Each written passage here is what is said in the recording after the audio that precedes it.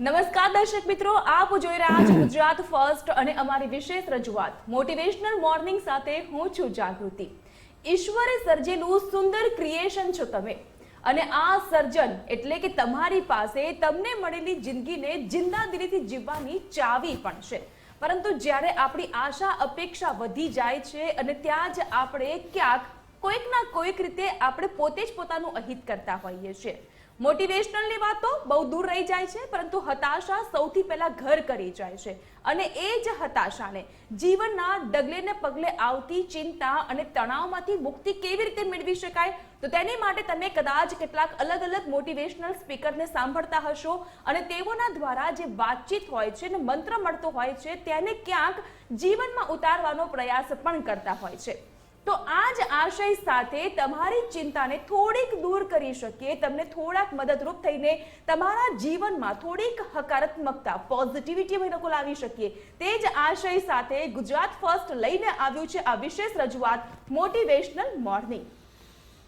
જે પોતાની વાક છટાથી પ્રખ્યાત છે, જેણે પોતે જ પોતાનું એક અદ્ભુત રચના કરી છે, જેને આધ્યાત્મિકતાની સાથોસાથ સ્કિલ વિકસાવી શકાય તે માટે શાળા કોલેજનું સર્જન કર્યું છે અને એ વ્યક્તિએ આજ સુધીમાં અનેક એવા સેમિનાર્સ કર્યા છે અને પોતાના સેમિનાર વાત થકી તમને પ્રેરણા આપવાનું કામ પણ કર્યું છે।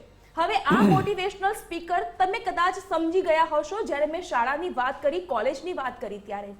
જી હા, તમે બરાબર સમજ્યા છો। આ મોટિવેશનલ સ્પીકર બીજું કોઈ નહીં, તે છે સંજય રાવલ। એટલે કે આજે આપણે તેઓના મુખેથી કરીશું વાતચીત, જાણીશું સફળતાના કેટલાક મંત્ર અને કેવી રીતે ફેલ્યોર, નેગેટિવિટી, નકારાત્મકતાની, ઇનસિક્યોરિટીની જે ફિલિંગ ઘર કરી ગઈ હોય છે તેને દૂર કરવાનો મંત્ર। સંજયભાઈ, સ્વાગત આપનું ગુજરાત ફર્સ્ટમાં। ખૂબ ખૂબ આભાર આપનો। કેમ છો? બસ એકદમ મજામાં। ગોડનું બેસ્ટ ક્રિએશન તમારા સેમિનારમાં, તમારા વક્તવ્યમાં અવારનવાર સંભળાતું આ જે શબ્દ હોય છે અને તેની સાથોસાથ આધ્યાત્મિકતાની સાથોસાથ સ્કિલનો સમન્વય કરીને તમે જે શાળા કોલેજ અને આ જે એજ્યુકેશન પોલિસીને સુધારું રૂપ કેવી રીતે ચલાવી શકે એનું સુરત એવું કામ પણ શરૂ કર્યું છે। તો શરૂઆત આપણે વિદ્યાર્થીઓની સમસ્યાથી કરીએ। આજનો જે સમયગાળો છે એ ફાસ્ટ લાઈફની સાથોસાથ હરીફાઈનો યુગ છે, રેન્ક લાવવાનો છે, ગમે તે થઈ જાય। આ રેન્કની જે ભાગદોડ છે ને એમાં વિદ્યાર્થીઓ પોતાની પ્રેરણાને ક્યાંક ગુમાવી રહ્યા છે, એ લોકોને પ્રોત્સાહિત આપણે કેવી રીતે કરી શકીએ? બહુ મહત્વનો પ્રશ્ન તમે પૂછો છે, પણ વર્ષોથી 70 વર્ષથી પહેલા બીજા ત્રીજા નંબરનું જે મહત્વ રહ્યું છે, ધીઝ આર ધ ટોપર્સ, તેજસ્વી તારલાઓ, તો શું બાકી બધા નક્કામાં છે? The whole education system is working for only 10% of the total students. What is about rest of the 90% students? એટલે જે પહેલો બીજો ત્રીજો છે એ મહત્વના છે, પણ દરેક બાળક મનુષ્ય કેમ બન્યો કે ઈશ્વરે એને સારા કર્મ કર્યા છે એટલે તો મનુષ્ય બનાવ્યો છે। દરેકની ફિંગરપ્રિન્ટ અલગ છે। દરેક બાળક કોઈ વડાપ્રધાન બધા ના થઈ શકે, બધા સીએમ ના બની, તમારી જેમ બધા એન્કરિંગ ના કરી શકે, મારી જેમ બધા વક્તા ન બની શકે, અમિતાભ બચ્ચનનો છોકરો સુપરસ્ટાર ના થઈ શકે, મુકેશભાઈ અને અનિલભાઈ બંનેને સરખા રૂપિયા આપ્યા તો અનિલભાઈને તકલીફ છે, મુકેશભાઈને મજા છે। તો આ શું છે? આ ભૂલીને આપણે બધા જ રેટ રેસમાં આવી ગયા છે કે બસ, અને સફળતાની વ્યાખ્યા શું? પહેલા તો એ જ ઊંધું કરવું પડશે કે શું 50 કરોડ, 100 કરોડ, 500 કરોડ, 1000 કરોડ, 1 કરોડ, શું સફળતા?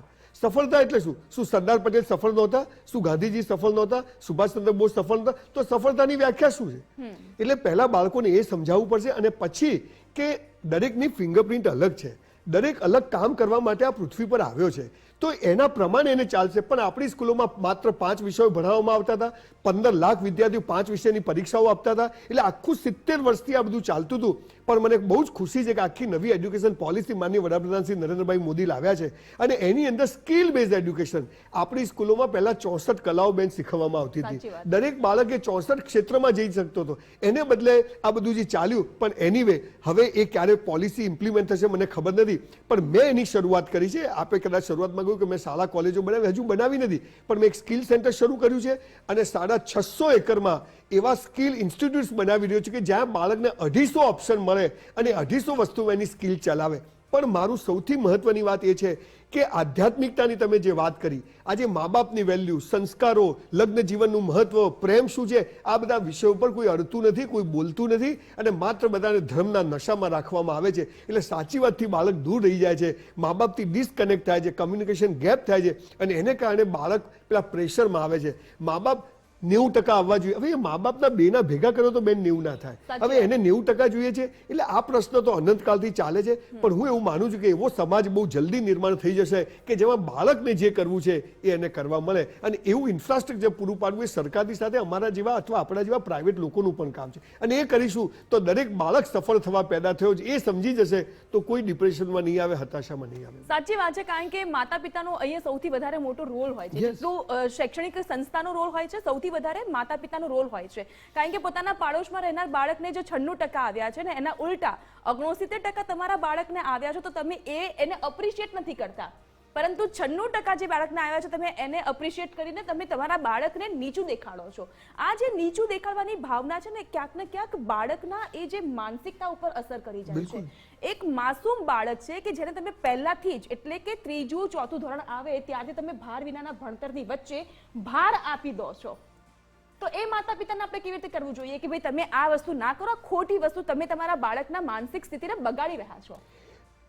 મા બાપે ખલીલ જીબ્રાનનું પેલું વાક્ય યાદ રાખવું છે કે we are trustee of our children, we are not owner of our children. Yes. ઈશ્વરે આપણને 2-4 બાળકો આપ્યા છે, એ અનંત સંભાવનાઓ લઈને આવ્યો છે. તમે દુનિયાના 100 કરોડપતિઓ, 100 સફળ લોકોને લઈ લો જુદી જુદા ફિલ્ડના, એને એકે એના મા બાપ એને નહોતું કહ્યું કે તું શેર બજારમાં જજે, તું વિમાન બનાવજે, તું હેલિકોપ્ટર બનાવજે, તું નિરમા પાવડર બનાવજે, તું બાલાજી વેફર બનાવજે. અને બધા જ લોકો સફળ થયા છે. એનો મતલબ કે ઈશ્વરે દરેકનું સર્જન કર્યું છે, કોઈ દિવસ કોઈને ખબર પડી નથી ને પડવાની નથી. હા, બાળકને સંસ્કાર આપવાનું કામ મા બાપનું છે, પણ બાળકને જે કરવું છે એ જો તમે એને કરવા દેશો તો હું માનું છું કે બાળક ચોક્કસ એની ફિલ્મ બને એટલી જલ્દી રિલીઝ થશે. આપણે ત્યાં 130 કરોડમાંથી 80 કરોડ લોકો ગરીબી રેખાથી નીચે જીવે અને સરકારનું રેશન કાર્ડનું ખાય છે. એનું કારણ જ આ છે કે દરેક બાળકને એને જે કરવું છે એ કરવા નથી મળતું. અને એટલે પછી કોલેજોમાં ને એમાંથી જ્યારે બહાર નીકળે ત્યારે કે આટલી બેકારી છે, આટલી બેકારી છે. પણ એ એના માટે જવાબદાર બંને વસ્તુ છે. પણ હવે બેન બહુ બદલાવ આવ્યો છે. હું જોઉં છું, લોકોને જોઉં છું, મા બાપ બાળકોને ફ્રીડમ આપે છે, પણ એની સામે ફ્રીડમની સામે પછી બાળકો એનો મિસયુઝ કરી અને એ પણ ખોટા રસ્તે જાય છે. ત્યાં પછી બહુ પ્રોબ્લેમ્સ ઊભા થાય છે. એટલે બાળકોની, સંસ્થાઓની ને પેરેન્ટ્સની આખી આ ટ્રાયેંગલ પર આપણે ચર્ચાઓ કરવાની જરૂર છે કે બધા જ લોકો એક એવો સમાજનું નિર્માણ કરે કે પણ બાળકને ગમે છે કરવા ક્યાં જશે. મારે ક્રિકેટ રમવું છે, મને ક્યાં રમવા મળશે? મારી સ્કૂલમાં એક બેટ છે, મારે સંગીત શીખવું છે, મારી સ્કૂલમાં 2000 છોકરા છે, એક હાર્મોનિયમ છે.